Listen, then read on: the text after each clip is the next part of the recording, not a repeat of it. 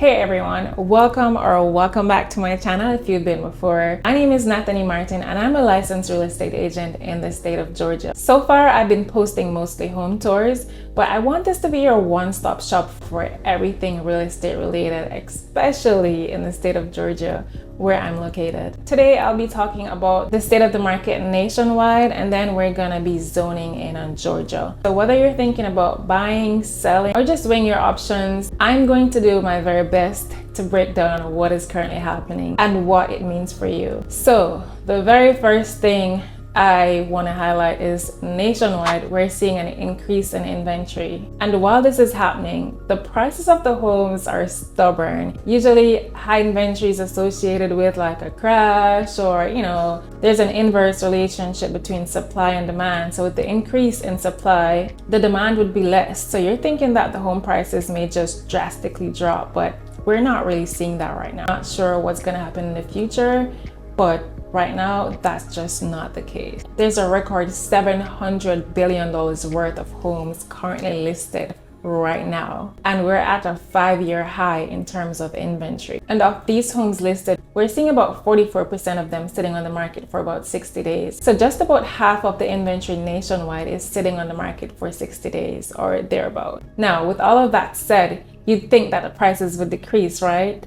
Actually, we've seen a slight increase in prices at 1.4% as of April. The next thing I want to talk about is mortgage rates. That is still hovering around the 7% mark for 30-year fixed. Freddie Mac, though, has recently reported a slight dip to 6.85%. That small shift could mean $100 to $200 per month in mortgage. That's a $1,200 to $2,400 difference. Let's be real, everything adds up, so that does make a difference. And another thing that I want to talk about that has been coming up a lot lately, to rent or to own. Rent is also rising. According to Zillow, rent is actually up 2.8% per single family home. And right now, some buyers are actually paying around $440 more than their renters per month. So some people are thinking rent best, like skip owning for right now and just rent. What are your thoughts? Let me know in the comments.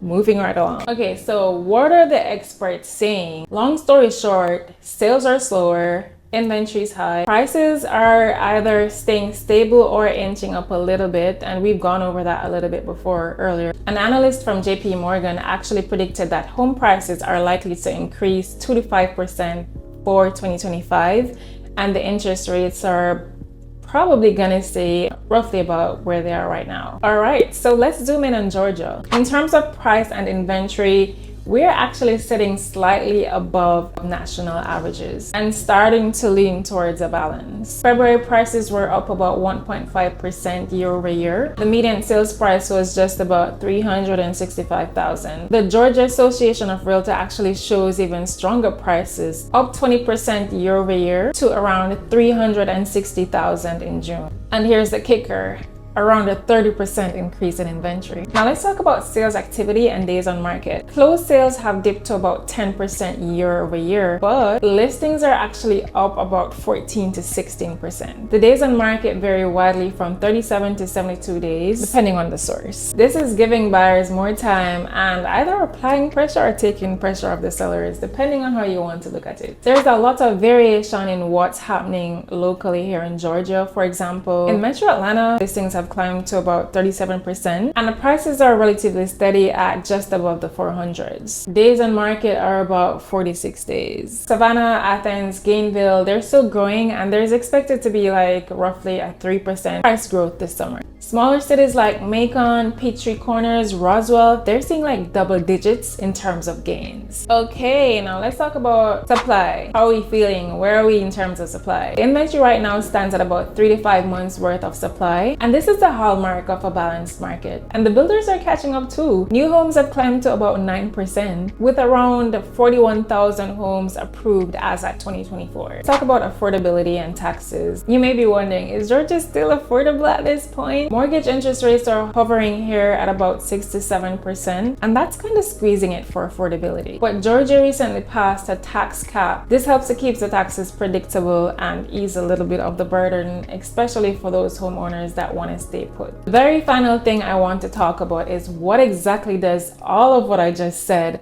mean for you if you're a buyer or you're a seller. As a buyer, what this means for you is that no more bidding wars. This is not COVID, right? So you have more options and flexibility in terms of negotiations for price reductions, contribution to closing costs, interest rate buy-downs, all of that. And in terms of interest rate buy-downs, this could mean a lot for you in terms of your monthly mortgage payment. I alluded to that earlier when I mentioned how that 0.15%, what difference that makes on a mortgage payment. Like, if you didn't get that part, like, just go back and take a look. For my sellers, you can definitely still sell. Homes are being sold, but what you have to do now is be more competitive and also present what buyers are looking for. You have to be priced right, and staging matters a lot. Homes with upgrades, for example, renovated kitchen, a new roof, new HVAC, fresh paint, they're gonna move and sell a lot faster. In this market, you have to have a savvy agent that will ensure that you're putting your best self forward. Summary: nationally and here in Georgia, we're shifting from that intense seller's market that we've had in recent years. Some places it's very neutral, and some places